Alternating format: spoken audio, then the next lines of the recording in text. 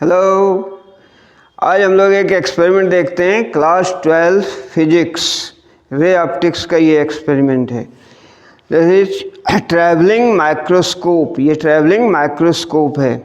इससे refractive index निकालना है अपने को of the material of the glass slab. ये ग्लास स्लैब है, आयताकार कांच की सिल्ली, रेक्टेंगुलर ग्लास स्लैब।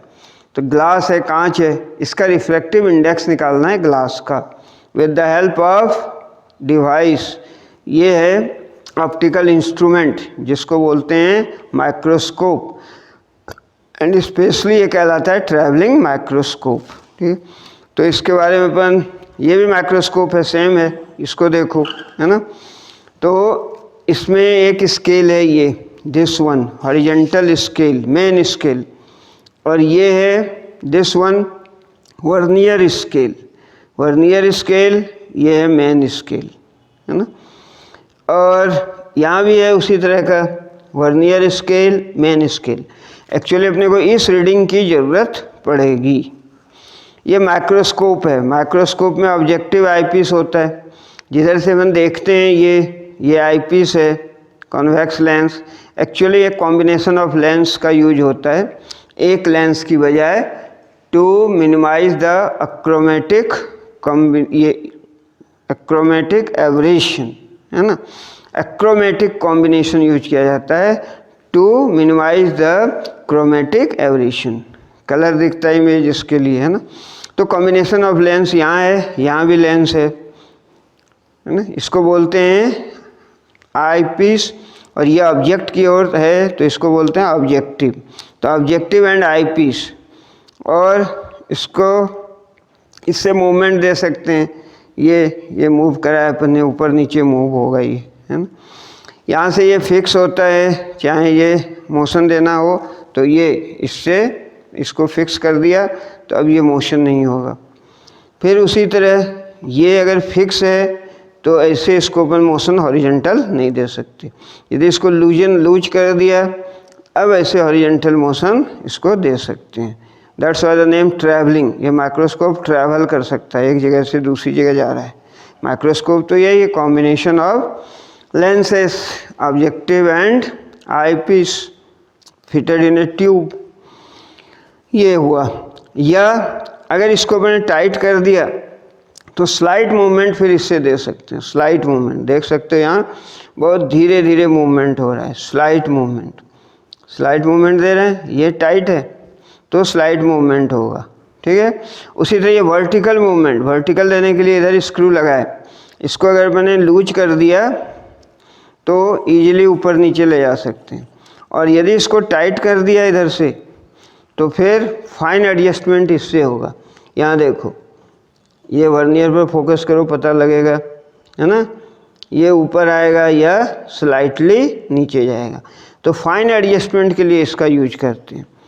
तो इसमें दो स्केल हैं, ठीक है। रीडिंग पढ़ने के लिए ये लिया है, मैग्नीफाइंग ग्लास है इसमें, convex lens of smaller focal length.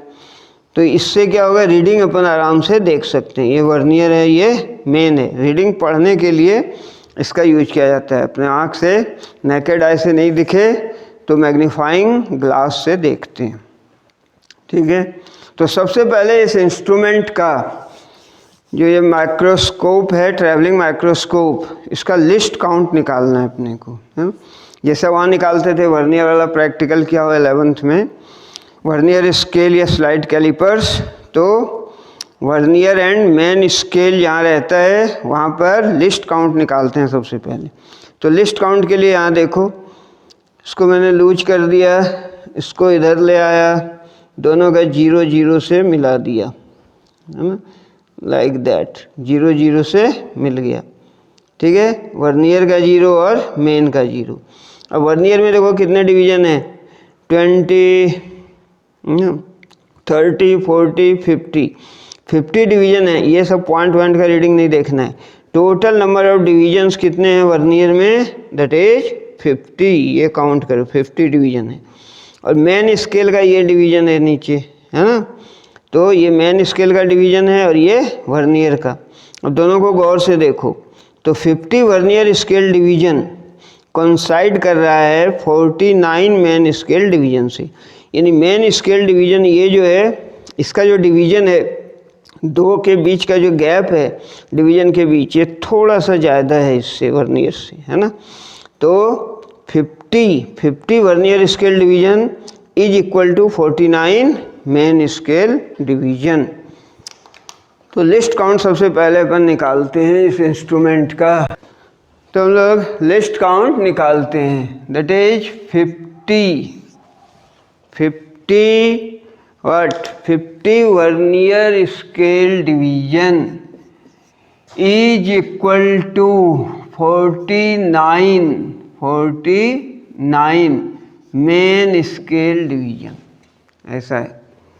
Now ये 50 है, 50 वर्नियर स्केल डिवीजन 49, तो 1 vernier scale division 49 upon 50 main scale division, ठीक है। And list count is given bye, list count होता है 1 main scale division minus 1 vernier scale division. Main scale division, दो के बीच का गैप ज़्यादा है, 1 मेन स्केल डिवीजन ज़्यादा होता है। यहाँ देखा अपन ने 50 vernier scale division is equal to 49 main scale division. Then 1 vernier scale, this least count होता है 1 MSD minus 1 VSD।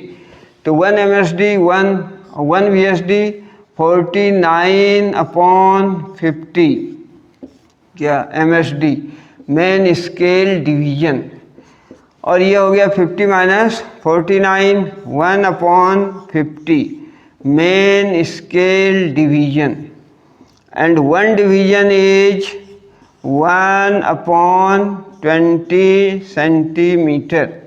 Main scale division में देखा था ना कि 20 डिवीजन बराबर 1 cm था मेन स्केल में। तो 1 मेन स्केल डिवीजन 1/20 cm, तो इतना मेन स्केल डिवीजन कितना cm होगा, तो 1/1000 दैट इज 0.001 सेंटीमीटर। ये हो गया लिस्ट काउंट ऑफ वर्नियर, ये लिस्ट काउंट निकल गया। एक्चुअली लिस्ट काउंट किसका, इसको वर्नियर कांस्टेंट भी बोलते हैं, VC बोलते हैं। List count of this instrument that is list count of travelling microscope. Travelling microscope का लिस्ट काउंट 0.001 सेंटीमीटर निकल गया, ठीक है। अब हम लोग एक्चुअल प्रैक्टिकल परफॉर्म करेंगे। हम लोग अब स्टार्ट करेंगे रीडिंग। ये क्रॉस बनाया अपन ने, यहाँ पर एक क्रॉस है, दिख रहा होगा रेड कलर का क्रॉस, और इसको फोकस करेंगे। तो ये जो एडजस्टमेंट एक मैंने किया, एक्चुअली ये फोकस कर लिया टू सेव द टाइम। इसको ऊपर नीचे करके दिस वन, इससे अपन ऊपर नीचे करेंगे, और इसको भी अप एंड डाउन मूवमेंट देंगे, फिर शार्प फोकस पे लाएंगे। जब फोकस पे आ गया उसके बाद इस पे अपने को हाथ नहीं लगाना है पूरे एक्सपेरिमेंट में। अपने को जब भी अप करना है या डाउन तो with the help of this one, इसको अपने को हाथ नहीं लगाना है। तो यहाँ देखते हैं अपन ने फोकस किया है, इसको देखते हैं एक्चुअली, तो ये शार्प फोकस में है दैट वन, ठीक है। अब कैसा दिखता है शार्प फोकस में, ये तुम भी देख सकते हो। इस पॉइंट पे अपने को ऐसा पॉइंट लाना है जहाँ की फाइन दिखे, बिल्कुल ये फाइन दिखेगा अपने को, है ना। थोड़ा थोड़ा दिख रहा है, हाँ ये दिखा, ये थोड़ी देर रखें इसको, ऐसा शार्प दिखेगा। जो लाइन अपन ने खींचा है एक्चुअली, वहाँ देखा कैसा लाइन था, इसकी एकदम रिजॉल्व हो गई है, पूरा बढ़िया दिख रहा है ये, है ना। तो ये फोकस हुआ एक्चुअली। तो इस पोजीशन को अपने को लाना है, इस पोजीशन को ऑब्टेन करना है, और फिर इस रीडिंग को, करस्पॉन्डिंग रीडिंग को नोट करना है। अब रीडिंग देखिए कितना आया, इससे मैग्नीफाइंग ग्लास से रीडिंग देख सकते हैं। ये रीडिंग कितना आया, तो ये दिख रहा है 2.6 सेंटीमीटर हुआ मेन स्केल पर। ये वर्नियर का जो जीरो है, वर्नियर का जीरो यूं एरो, इसके ऊपर कितनी रीडिंग हो रही है, सो वो रीडिंग होगी मेन स्केल। या टोटल रीडिंग, तो ये रीडिंग हो गई 2.6। अब चूँकि एग्जैक्ट मिल रहा है इसलिए वर्नियर नहीं मिल रहा है अपने को, वर्नियर मिलता तो फिर डिवीजन देखते कौन सा मेन स्केल एंड मेन और वर्नियर, वर्नियर का कोई सा लाइन मेन स्केल के किस लाइन से कोइंसाइड कर रहा है यूँ, तो जो ज़्यादा कर रहा है तो वो रीडिंग होती है। मान लो कि 10वां 10 नंबर वर्नियर का इससे कोइंसाइड कर रहा है, तो वर्नियर रीडिंग हो गई 10 multiplied with list count. But यहाँ फॉर्चुनेटली अपने को मेन स्केल मिल गया 2.6 सेंटीमीटर। ठीक है, इसको मान लिया अपन ने L1, ये रीडिंग हो गई L1, तो लिखेंगे L1 is equal to what, L1 की जो रीडिंग है वो आ गई L1 is equal to 2.6 centimetre. जो फोकस किया मैंने इसको, ये रीडिंग है L1। अब इसके ऊपर ग्लास स्लैब रखेंगे, इसके ऊपर ग्लास स्लैब रखेंगे जिसका अपने को रिफ्रैक्टिव इंडेक्स निकालना है, ये रख दिया इसके ऊपर। ठीक है, अब फोकस करेंगे, जाहिर है ग्लास स्लैब रखा है तो रिफ्रैक्शन होगा, तो अब ये थोड़ा ऊपर दिखेगा, रेज होगा ये क्रॉस, है ना। तो अपने को सेम फोकस करने के लिए थोड़ा ऊपर करना पड़ेगा इसको। ठीक है, तो इसको ऊपर किया हमने और देखते हैं फाइन फोकस पर ये कब आता है ना। अब ये आ रहा है फाइन फोकस पे, ठीक है, ये अब आ रहा है। ठीक है, अब यहाँ से अगर देखें अपन एकदम शार्प फोकस पे, उसी तरह की लाइनिंग अपने को दिख रही है जो शुरू में दिखा था। ठीक है, तो ये है 3.3 सेंटीमीटर। वो रीडिंग देखेंगे, पहले ये फोकस दिखा दें।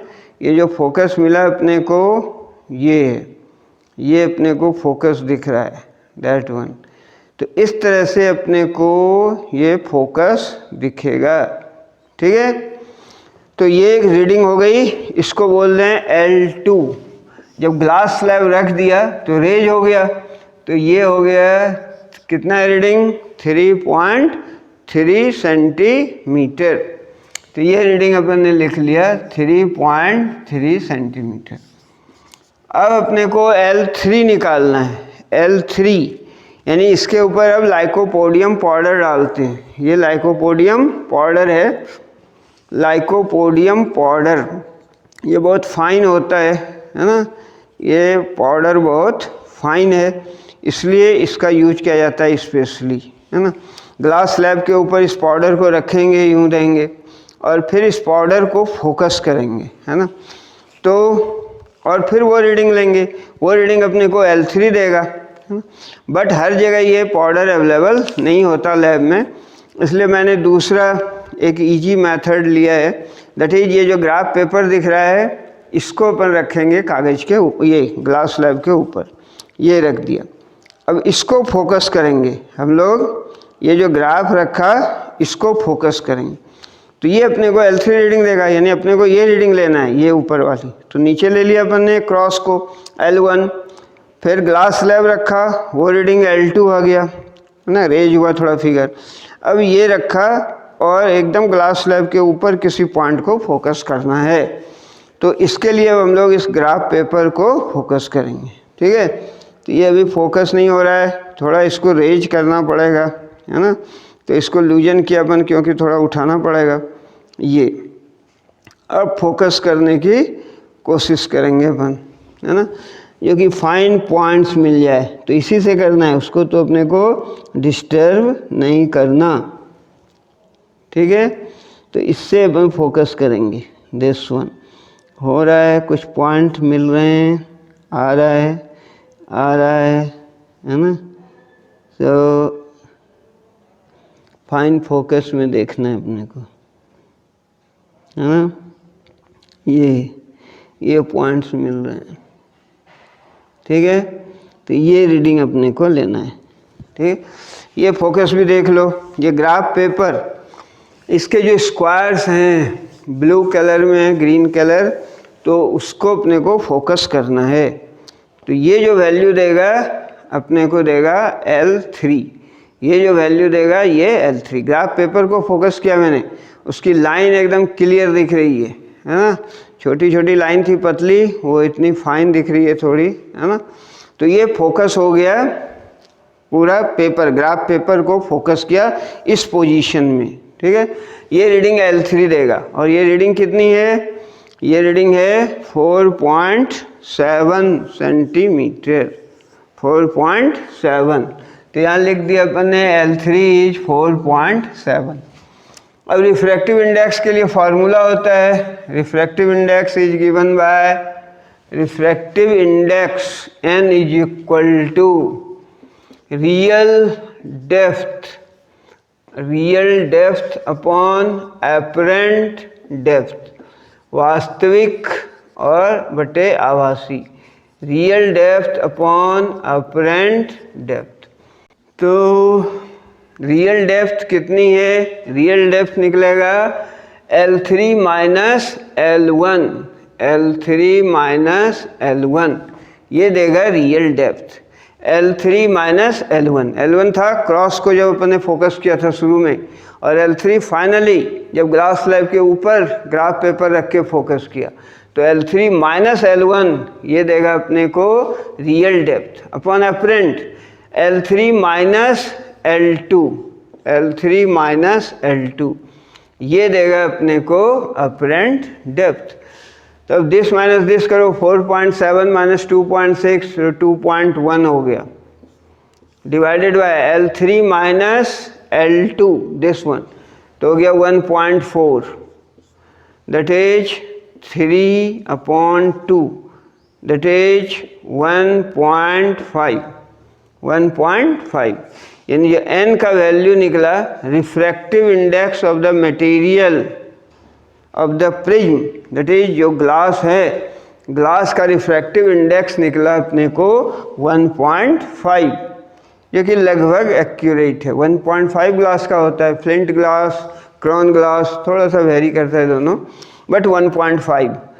तो ये ग्लास का रिफ्रैक्टिव इंडेक्स हम लोगों ने निकाला। एक्सपेरिमेंट क्या था, to find the refractive index of the material of the glass slab with the help of travelling microscope. ये ग्लास स्लैब था, इसका रिफ्रैक्टिव इंडेक्स निकाला अपन ने with the help of optical instrument that is called travelling microscope. So this is all about this. Actually हम लोगों ने एक एक रीडिंग लिया पूरी एक्यूरेसी के लिए। L1 5 टाइम्स लें, L2 लें, L3 लें, यह सेम ये जो एक्सपेरिमेंट किया ये निकला 1.5। अगेन फिर एक्सपेरिमेंट को फ्रॉम द वेरी बिगिनिंग इसको दोहराएंगे, फिर L1 मान लो कुछ चेंज हो जाएगा, L2 L3, और इसके करस्पॉन्डिंग अपन रिफ्रैक्टिव इंडेक्स का वैल्यू निकालेंगे। तो N1 N2 N3 4-5 times n का वैल्यू निकालेंगे, फिर इसका मीन ले लेंगे, है ना, एवरेज, तो वो अपने को एक्यूरेट वैल्यू देगा। ठीक है, थैंक्स।